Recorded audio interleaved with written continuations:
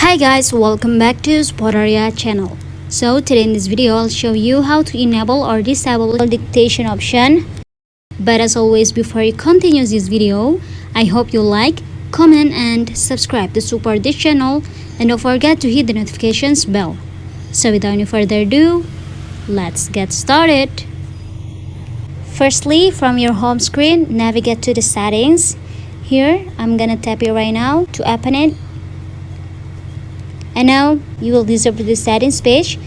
After that, you just have to go to the general option here at the third section.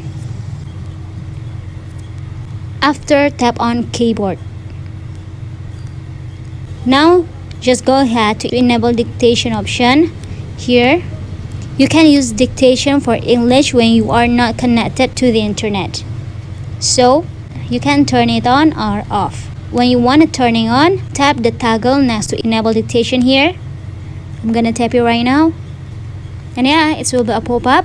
Now again, to confirmation, tap on enable dictation again.